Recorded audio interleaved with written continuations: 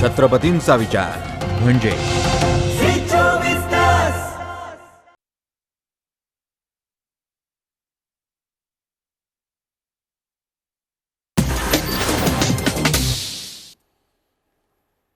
नमस्कार. हॅलो 24 तास या आमच्या खास कार्यक्रमात मी मधुरा तुमचं मनापासून स्वागत करते. आणि या कार्यक्रमात आपण आरोग्य, शिक्षण, करिअर, प्रॉपर्टी अशा विविध विषयांवर चर्चा करून तज्ज्ञांकडून अधिक मार्गदर्शन जाणून घेत असतो. आणि आज आपण 8वी ते 12वी कोचिंग क्लासेस या विषयावरती चर्चा करणार आहोत. आणि आपल्याला याविषयी अधिक मार्गदर्शन करणार आहेत या विषयातील तज्ज्ञ मच्छिंद्र चाटे. विषयाला सुरुवात करण्यापूर्वी मी मच्छिंद्र सरांचं आमच्या स्टुडिओमध्ये स्वागत करते. नमस्कार सर. नमस्कार. चाटे सरांची थोडक्यात ओळख सांगायची झाल्यास चाटे सर हे चाटे शिक्षण समूहाचे संस्थापक आहेत. 1989 साली औरंगाबादमध्ये त्यांनी चाटे कोचिंग क्लासेसची सुरुवात केली. तर 2000 सालापर्यंत संपूर्ण महाराष्ट्रभर त्यांनी चाटे कोचिंग क्लासेसचा विस्तारही केला. चाटे कोचिंग क्लासेसद्वारे आत्तापर्यंत हजारो डॉक्टर्स आणि इंजिनियर्स त्यांनी घडवले.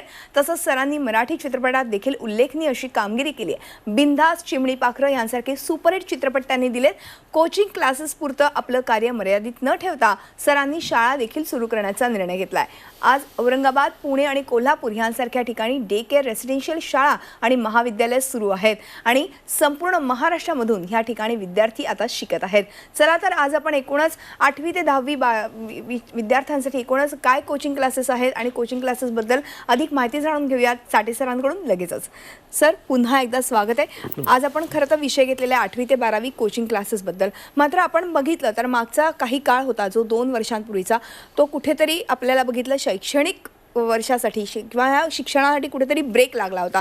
कारण की ऑनलाईन अभ्यास सुरू होता. विद्यार्थ्यांना कुठेतरी शिकता येत नव्हतं क्लासेसमध्ये येऊन, शाळांमध्ये जाऊन, कॉलेजमध्ये जाऊन. मात्र आता पुन्हा एकदा गाडी रुळावर त्यांना दिसते आणि ह्या कोचिंग क्लासेसला पुन्हा एकदा महत्त्व प्राप्त झालेलं आहे. मात्र आज तुम्ही गेल्या 36 वर्षांपासून ह्या क्षेत्रामध्ये कार्यरत आहात आणि उत्तम प्रकारे तुम्ही कामगिरी बजावलेली आहे. तर चाटे कोचिंग क्लासेसच्या माध्यमातून साधारणपणे ह्या क्षेत्रामध्ये तुम्ही प्रवेश केल्यानंतर एकूणच तुमच्यासमोर तेव्हा काय आव्हानं होती आणि आता कोरोना नंतरची काय आव्हानं आहेत त्याबद्दल काय सांगाल? मित्रांनो, अभ्यासापासून दुर्लक्ष झालं की फार मोठं विद्यार्थ्यांचं नुकसान होत असतं. शाळेत शिकत असताना, क्लासेसमध्ये शिकत असताना विद्यार्थ्यांचा अभ्यास होतच जातो. घटक चाचण्या असतात, परीक्षा असतात, हो गृहपाठ असतो. परंतु मागची 2 वर्ष जवळजवळ पूर्णच दुर्लक्ष झाल्यामुळं विद्यार्थ्यांचं फार मोठं नुकसान झालेलं आहे. ऑनलाईन क्लासेसमध्ये अभ्यास करणाऱ्या विद्यार्थ्यांची संख्या ही फारच कमी. अगदी 100 मागे एखादासुद्धा विद्यार्थी मन लावून अभ्यास करतो असं म्हणणं जरा अतिशयोक्तीचं होईल. इतकी कमी विद्यार्थी ऑनलाईनवर अभ्यास करतात, दाखवतात, पण त्याला काय अर्थ नसतो. मित्रांनो, वर्गामध्ये जेव्हा शिक्षक शिकवत असतात तेव्हा शिक्षकांची करडी नजर ही विद्यार्थ्यांकडून एका अर्थानं अभ्यास करून घेत असते. आणि त्यामुळं जे काही या 2 वर्षामध्ये नुकसान झालेलं आहे विद्यार्थ्यांचं, त्याचं पुन्हा एकदा ते शिकवणं, त्याची उजळणी करून घेणं, त्याचा सराव करून घेणं ही गोष्ट फार महत्त्वाची असते. जर आपण विद्यार्थ्याकडून करून घेतलं नाही, दुर्लक्ष केलं, विद्यार्थी करतील या भ्रमावर आपण राहू शकत नाही. आपल्याला विद्यार्थ्यांकडून करून घ्यावं लागतं. आणि करून घेणं या गोष्टीवर चाटे कोचिंग क्लासेसचा कायम विश्वास आहे.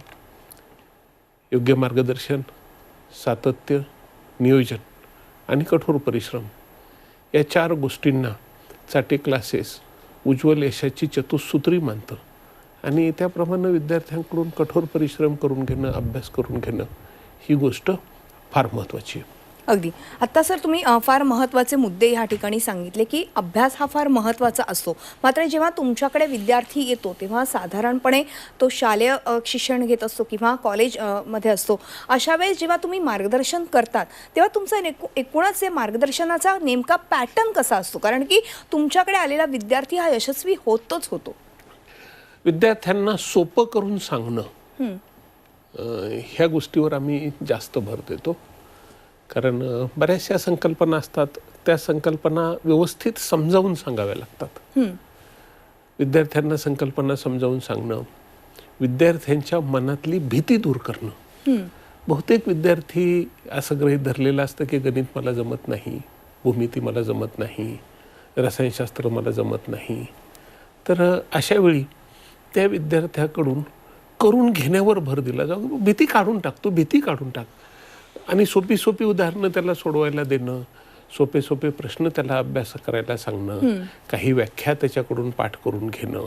आणि जेव्हा त्याला कॉन्फिडन्स येतो त्याच्यानंतर मग मूलभूत संकल्पना व्यवस्थित करत पुढे जावं लागतं. विद्यार्थ्यांसाठी शिक्षकाची फार आवश्यकता असते, कारण जे काही महत्त्वाचे विषय आहेत, खास करून भौतिकशास्त्र, रसायनशास्त्र, गणित, विज्ञान, हे विषय विद्यार्थी स्वतःहून करतील ह्या गोष्टीवर विश्वास ठेवण्यात काही अर्थ नाही. आता सर तुम्ही म्हणालात तसं की साधारणपणे आपल्याला विद्यार्थ्यांना योग्य पद्धतीने मार्गदर्शन द्यावं लागतं, योग्य दिशा दाखवावी लागते. मात्र जेव्हा तुमच्याकडे विद्यार्थी येतो, गेल्या 36 वर्षांचा तुमचा हा अनुभव आहे, आत्तापर्यंत हजारो विद्यार्थी येऊन तुमच्याकडे येऊन चार्टिंग कोचिंग क्लासेसमध्ये शिक्षण घेऊन गेलेले आहेत, इंजिनियर्स झालेत, कोणी डॉक्टर्स झालेत. पण मग जेव्हा आपण ह्या सगळ्यावरती चर्चा करतो तेव्हा अनेक प्रसंग खरं तर तुमच्या डोळ्यासमोर असतात. असा काही अनुभव तुम्ही आत्ता आमच्यासोबत शेअर कराल का? मित्रांनो, अनुभव खूप सांगू शकतो. म्हणजे उदाहरणार्थ बघा, 1986-87 मध्ये मी जेव्हा क्लास सुरू केला तेव्हा एक मुलगा औरंगाबादमध्ये माझ्याकडे आला होता. त्यावेळेस काय माझे क्लासेस फारच छोटे होते, घरगुती होते. आणि तो मला म्हटला, सर मला ऑक्टोबरमध्ये गणिताची तयारी करायची, मी तुमची फीस भरायला तयार आहे, पण मला ऑक्टोबरला गणितात पास व्हायचं आहे. मी त्यावेळेस त्याला काही अटींसह परमिशन दिली, ॲडमिशन दिलं आणि त्याला सांगितलं, मी तुला दर रविवारी फक्त 2 तास शिकवेन आणि मग तू 7 दिवस पूर्ण तुझा अभ्यास कर. आणि नंतर मला पुढच्या रविवारी तू तुझा अभ्यास दाखव, मग पुढचं शिकवेन. असं मी त्याला फक्त 6 तास, 6 रविवार मी त्याला दिले. आणि त्याच्यानंतर त्या मुलाने ऑक्टोबरची परीक्षा दिली आणि परीक्षा झाल्यानंतर तो जेव्हा गुणपत्रिका त्याची मार्क लिस्ट घेऊन माझ्याकडे आला तेव्हा मला आश्चर्य वाटलं. त्यांनी गणितात 100 पैकी 99 मार्क मिळवले. अरे वा, 12वीच्या विद्यार्थ्यांनी. क्या बात आहे. आणि असे अनेक किस्से. एक किस्सा मी मुंबईतला सांगतो की मुंबईमध्ये एक पालक म्हणायचे, अभ्यास काय मी करून घेतो मुलाकडून अभ्यास, असं म्हणून स्वतः घरी अभ्यास करायचे आणि मुलाला काही प्रश्न विचारायचे, मुलाला उत्तर देता आले नाही की त्याला झोडून काढायचे, मारायचे. एके दिवशी त्यांच्या आईने डिस्टर्ब केलं, त्या मुलाच्या आईने डिस्टर्ब केलं, किंवा तुम्ही असं मुलाला मारू नका आणि मुळात तुम्ही अभ्यास घेऊच नका, तुम्ही मुलाला चाटे कोचिंग क्लासेसमध्ये पाठवा, काय व्हायचं ते होईल. शेवटी वडील म्हटले ठीक आहे. आणि मग वडील, मुलगा, आई आमच्या क्लासेसमध्ये आले, ॲडमिशन घेतलं. त्या मुलाबद्दल इतकं वाईट सांगत होते वडील की या मुलाला काही जमत नाही, याला काही जमत नाही. आणि आमचे शिक्षक म्हटले ठीक आहे, आम्ही आमच्या परीने जास्तीत जास्त करून घेऊ आणि तुम्ही बघा आमच्या अभ्यासाकडं. दर रविवारी परीक्षा होतात, गृहपाठ होतात, तुम्ही कधीही येऊन त्याच्या अभ्यासाची चौकशी करू शकता. वडील म्हटले ठीक आहे. आणि होता होता वर्ष संपलं. त्या मुलाची परीक्षा 10वी पास झाला, 10वीची परीक्षा झाली, निकाल लागला आणि निकाल लागल्यानंतर 10वीच्या बोर्ड परीक्षेत त्या मुलानं 85% मार्क मिळवले. अरे वा. आणि जेव्हा मग ते आई वडील स्वतःहून आले त्यावेळेस वडिलांनी सांगितलं की हे श्रेय मी फक्त चाटे क्लासेसला देतो, कारण माझा मुलगा पास होण्याच्या सुद्धा लायकीचा नाही असं मला वाटत होतं, पण तुम्ही त्या मुलाकडून अभ्यास करून घेतला आणि त्याच्याकडून जबरदस्त क्रांती घडवून दाखवली. एक मुलगी नापास झाली होती. त्या मुलीनी 12वीच्या परीक्षेमध्ये मेडिकलला ॲडमिशन मिळवलं. 10वीला नापास झालेली मुलगी 10वीच्या परीक्षेत पुन्हा बसली, तिने 90-92% मार्क मिळवले, पुन्हा त्या परीक्षेत मेडिकलला ॲडमिशन मिळवलं आणि ती प्रचंड यशस्वी झाली. असे अनेक किस्से. मी एक सूत्र माझ्या क्लासेसमध्ये नेहमी सांगतो, कुठलाही विद्यार्थी ढ नसतो. मी पालकांना पण सांगतो, विद्यार्थ्यांना पण सांगतो, कुठलाही विद्यार्थी ढ नसतो. त्या विद्यार्थ्याकडून मेहनत करून घेणाऱ्या एका शिक्षकाची गरज असते. आणि जेव्हा विद्यार्थ्याला त्याच्याकडून मेहनत करून घेणारा योग्य शिक्षक मिळतो तेव्हाच त्या विद्यार्थ्याच्या जीवनाला खरी दिशा मिळते. आणि विद्यार्थ्यांच्या जीवनाला अशी दिशा द्यायची हे स्वप्न डोळ्यासमोर ठेवून चाटे कोचिंग क्लासेस मागच्या 36 वर्षापासून विद्यार्थ्यांसाठी ज्ञानदानाचं कार्य करत आहे. याच्यामध्ये लाखो विद्यार्थी आत्तापर्यंत बघा आमच्या आकडेवारीप्रमाणे साधारणतः 10-1 लाख विद्यार्थ्यांनी चाटे क्लासेसचा लाभ घेतलेला आहे. अरे वा. आणि त्यातल्या कुणाला कधी एखाद्या एवढ्या ब्रांचेस आहेत आमच्या जवळजवळ 100-1 ब्रांचेस होत्या. आता कोरोनामुळं काही कारणामुळं आमचे काही सेंटर्स आम्हाला बंद करावे लागलेले आहेत. पण लवकरच येणाऱ्या 6 महिन्यामध्ये आम्ही महाराष्ट्रामध्ये सगळीकडं क्लासेस सुरू करू. त्याच्यामुळे ज्या विद्यार्थ्यांना चाटे क्लासेसला ॲडमिशन घेण्याची इच्छा आहे त्यांनी या ठिकाणी दिलेल्या नंबरवर जरूर फोन करा. आणि ज्या ठिकाणी सेंटर्स नाहीत तिथं महाराष्ट्रामध्ये फार लवकर सेंटर सुरू करू.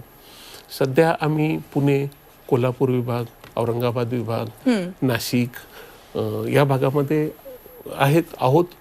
जळगाव, धुळे वगैरे या भागामध्ये पण आहोत. पण काही भागामध्ये सेंटर्स आमची बंद झालेली आहेत. लवकरच सुरू करण्याचा विचार आहे. कारण पालकांच्या खूप मागण्या आहेत. पालक फारच हे करतायत, विनंती करतायत. परंतु कोरोनाच्या काळात जो काही भाग होता आणि सगळंच बंद होतं त्याच्यामुळं म्हणजे मुलं नसताना जागांची भाडी भरणं बरोबर आहे, ह्या गोष्टी शक्य नव्हत्या. त्याच्यामुळं अनेक सेंटर्स आम्हाला बंद करावी लागली आणि लवकरच ती सुरू करू. विद्यार्थ्यांसाठी आम्ही क्लास विद्यार्थ्यांसाठी चालवतो, पैशासाठी नाही चालवत. विद्यार्थ्यांचं हित झालं पाहिजे. बरोबर आहे. आणि दुसरी एक गोष्ट सगळ्यात महत्त्वाची सांगायची म्हणजे आम्ही आमच्या क्लासेसमध्ये प्रत्येक बॅचमध्ये काटेकोरपणे मर्यादित विद्यार्थी हे सूत्र पाळत आलेलो आहोत.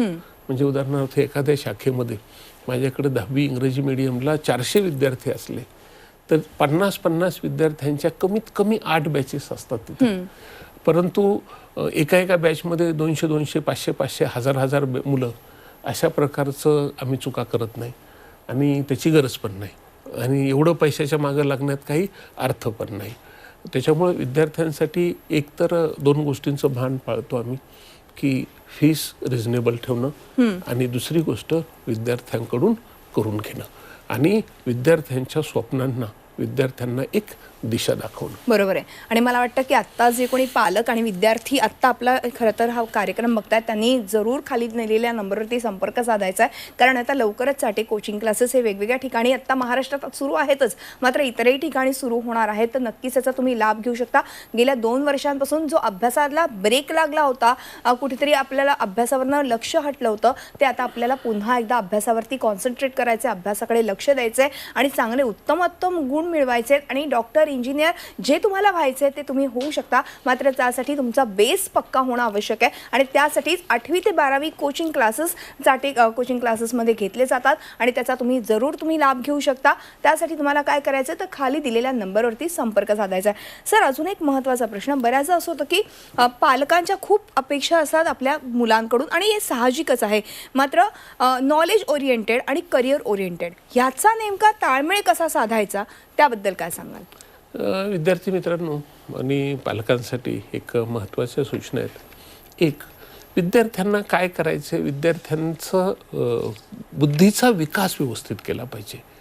म्हणजे उगीचच बळजबरी करायची विद्यार्थ्यावर की तू डॉक्टर झालाच पाहिजेस, तू इंजिनियर झालाच पाहिजेस, तू अनेक गोष्टीत यश मिळवलंच पाहिजे, अशा स्वरूपाचं त्याचा काहीही रिझल्ट येत नाही.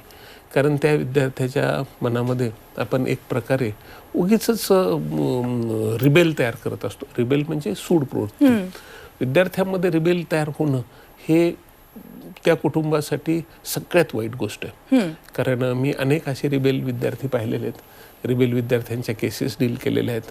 आणि ही सूडबुद्धी आम्हाला दूर करता आली पाहिजे. विद्यार्थ्यांवर प्रेशर टाकू नका, विद्यार्थ्यांना त्यांचं स्वातंत्र्य द्या. पण एक गोष्ट आहे, विद्यार्थी बिघडत नाही ना, विद्यार्थी बिघडणार नाही ना, या गोष्टीची मात्र पुरेपूर काळजी घ्या. जर आपण विद्यार्थ्यांकडून अवास्तव अपेक्षा केल्या तर आपल्याला उलटे रिझल्ट येतात. आणि त्यामुळे कुणीही दडपण विद्यार्थ्यांवर एक लक्षात घ्या की विद्यार्थी, माझा मुलगा हा माझी अपूर्ण राहिलेली स्वप्न पूर्ण करण्यासाठी जन्म घेऊन आलेला नाही. बरोबर आहे. माझी अपूर्ण राहिलेली स्वप्न मी पूर्ण केली पाहिजेत. आणि उदाहरण मी तुम्हाला एक सांगतो, नेहमी सांगतो, पालकांसाठी उदाहरण सांगतो. तुम्ही विद्यार्थ्यांसाठी विचारताय पण मी पालकांसाठी एक उदाहरण सांगतो की तुम्ही अमिताभ बच्चनचा आदर्श ठेवा. बरं. दुर्दैवाने अमिताभ बच्चनना वयाच्या 58-60 वर्षामध्ये एका फार मोठ्या आर्थिक विवंचनेतून जावं लागलं असं सगळ्यांना माहिती आहे की त्यांच्या ABCL कंपनीमुळे त्यांना खूप नुकसान झालं. त्यांचे अनेक चित्रपट अर्धवट राहिले, फ्लॉप झाले, पूर्ण होऊ शकले नाहीत.